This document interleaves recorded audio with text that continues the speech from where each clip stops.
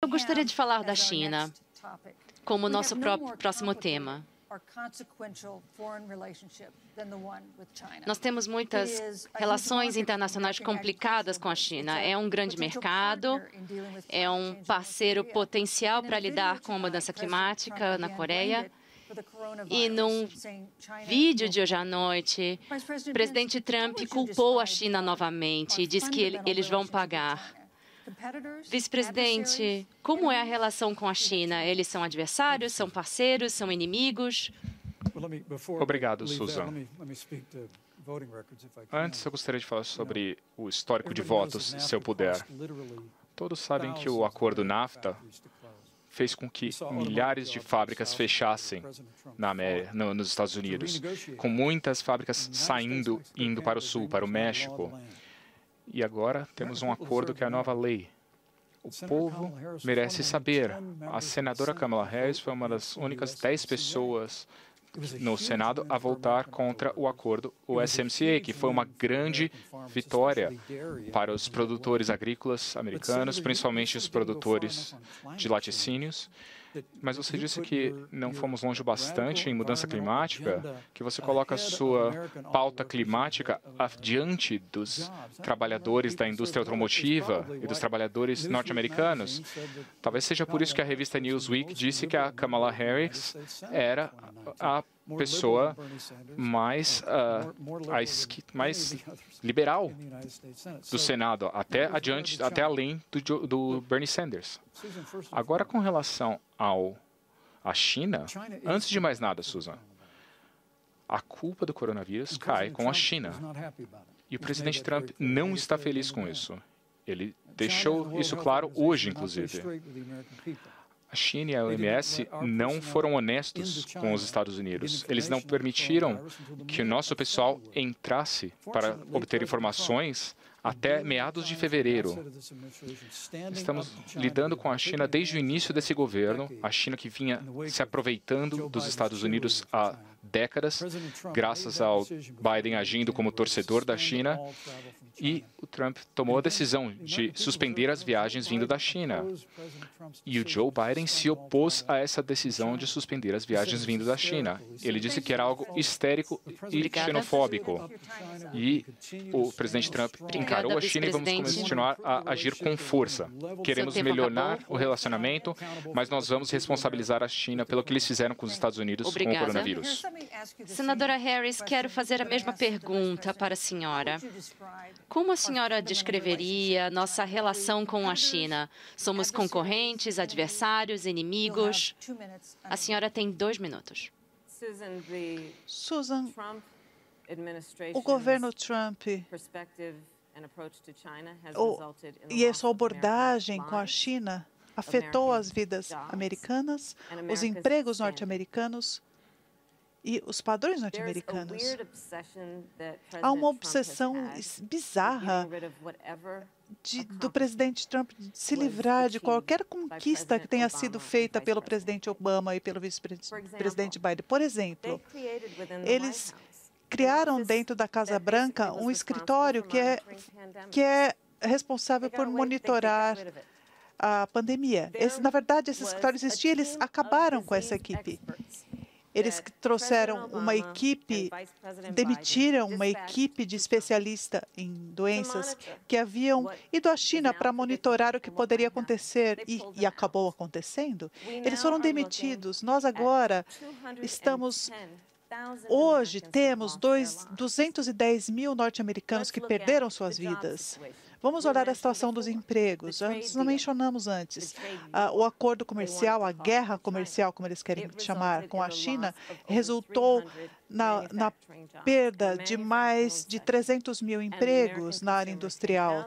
E os consumidores americanos pagam milhares de dólares mais por seus produtos por causa dessa guerra, como eles chamam. Vamos falar agora sobre a questão econômica. A Pew Research, que é uma empresa importante em pesquisa, mostrou que líderes de países aliados que respeitam mais em Xi Jinping, o chefe do Partido Comunista Chinês, o presidente da China, do que em Donald Trump, que é o comandante em chefe dos Estados Unidos. É onde estamos hoje, por causa de uma falha de liderança desse governo. Senadora Harris, nós temos visto mudanças no papel dos Estados Unidos em termos de liderança mundial nos últimos 4 anos. Qual a sua... Falando sobre a China, nós temos diferenças com a China, com nossos aliados. Então, qual a sua definição do papel da liderança americana em 2020? Bom, eu adoro falar com o Joe sobre esses temas, porque, como ele disse, é até meio óbvio, a política externa parece complicada, mas, na verdade, é uma questão de relacionamentos. Então, nós sabemos disso nas nossas relações pessoais. Você precisa conversar sobre suas diferenças, você precisa falar com seus amigos, você precisa ver as pessoas com quem você se dá bem, aqueles que são seus adversários, e ter tato para lidar com eles. Então, o que vimos com Donald Trump é que ele traiu os nossos amigos e acabou apoiando e abraçando ditadores em todo o mundo, como, por exemplo, na Rússia. Eu estava no Comitê de Inteligência do Senado dos Estados Unidos. A comunidade de inteligência nos disse que a interferência na eleição de 2016, na eleição presidencial, aconteceu e está acontecendo em 2020. O diretor do FBI disse a mesma coisa, mas o Donald Trump, o comandante em chefe dos Estados Unidos, acaba levando mais em conta as palavras do Vladimir Putin do que da sua própria comissão de inteligência. Então, ele saiu, ele acabou brigando na OTAN. Quer dizer, isso nos colocou numa posição em que estamos menos seguros, porque E eles têm um arsenal nuclear, e quer dizer, quando a gente acaba enfraquecendo a nossa posição na OTAN, a gente acaba fortalecendo a Rússia. E por causa dessa abordagem unilateral de Donald Trump na política externa, isso trouxe um isolamento no nosso país. Então, Susan, é uma questão de ter relacionamentos. E acho que uma coisa que sempre foi a força da nossa nação, além da nossa grande força militar, é manter a palavra. E Donald Trump não entende isso. Ele não entende o que significa ser honesto, enfim. Obrigada, senadora Harris. Vice-presidente Pence. Obrigado. Donald Trump manteve sua palavra quando transferimos a embaixada para Jerusalém, a capital do Estado de Israel. Quando Joe Biden era vice-presidente, houve a promessa de fazer isso, mas isso nunca foi feito. Nós ficamos ao lado dos nossos aliados, mas também fizemos exigências. A OTAN está contribuindo mais para a nossa defesa do que nunca, graças à liderança do presidente Trump. Fortalecemos nossas alianças na região Ásia-Pacífico e nos mantivemos fortes contra aqueles que querem nos prejudicar. Quando o presidente Trump assumiu o cargo, o ISIS tinha capturado uma área do Oriente Médio do tamanho da Pensilvânia. O presidente Trump libertou as Forças Armadas norte-americanas e o califado islâmico, do Estado Islâmico, foi destruído sem nenhuma morte de cidadãos norte-americanos. Eles mataram al-Baghdadi sem nenhuma morte americana, e ele foi responsável por dezenas de mortes de cidadãos. Os pais de uma moça que faleceu, graças a ele, estão conosco aqui em Salt Lake City. Hoje, 2 dos assassinos do Estado Islâmico foram julgados nos Estados Unidos. O Jihad John foi também eliminado no campo de batalha. Quando Joe Biden era vice-presidente, nós tivemos uma oportunidade de salvar Karen Miller. E me parte o coração pensar sobre isso. E o exército entrou no gabinete do presidente, disse que eles sabiam quem era.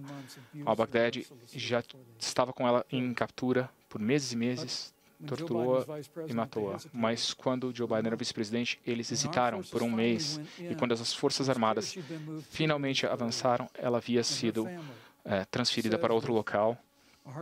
E isso partiu o coração de todos os norte-americanos.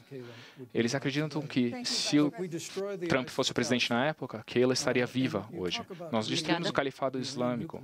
E você fala sobre o acordo nuclear do Irã, mas o governo anterior transferiu 1,8 bilhões de dólares para o estado que mais patrocina terrorismo. Obrigada, o presidente Trump nos tirou desse acordo. E quando o Qasem Soleimani estava viajando para Bagdá para fazer mal a americanos, ele foi eliminado por ordens do presidente Trump. Nossos aliados estão mais seguros, assim como os Estados Unidos. O presidente Donald Trump nunca hesitará em agir. Vice-presidente, eu quero dar uma chance para a senadora responder. Eu gostaria de ter o tempo igual, por favor. Ok, por favor. Em primeiro lugar, a família Miller, de Kayla Miller, eu sei o que aconteceu e eu sinto muito mesmo. O que aconteceu com ela foi terrível e nunca deveria ter acontecido. E eu sei que Joe se sente da mesma forma e eu sei que o presidente Obama se sente da mesma forma. Mas você mencionou Soleimani, então vamos conversar. Depois que teve o ataque a Soleimani, nossas tropas haviam saído do Iraque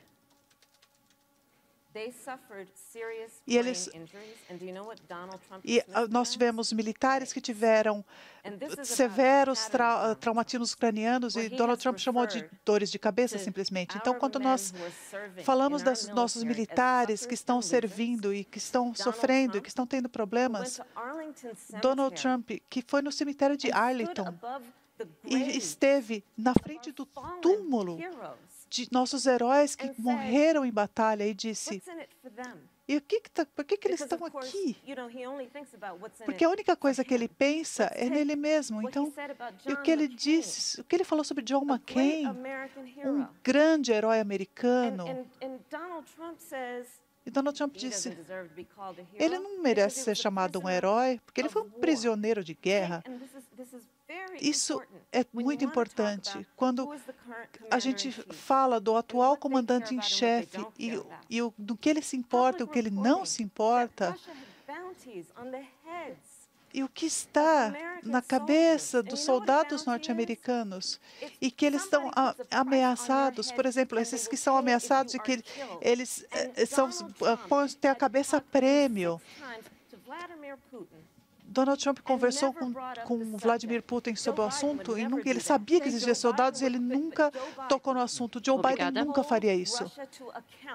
Joe Biden, ele quer que a Rússia seja responsável por qualquer ameaça aos nossos soldados, a esses soldados que são colocados a prêmio, porque isso ameaça a nossa democracia em última instância. Obrigada, senadora Harris. É um tema importante, mas eu quero ter a certeza que falemos sobre outros temas. 15 segundos, vice-presidente. Eu preciso de mais do que isso. Desculpe, vice-presidente, mas o senhor já teve mais tempo.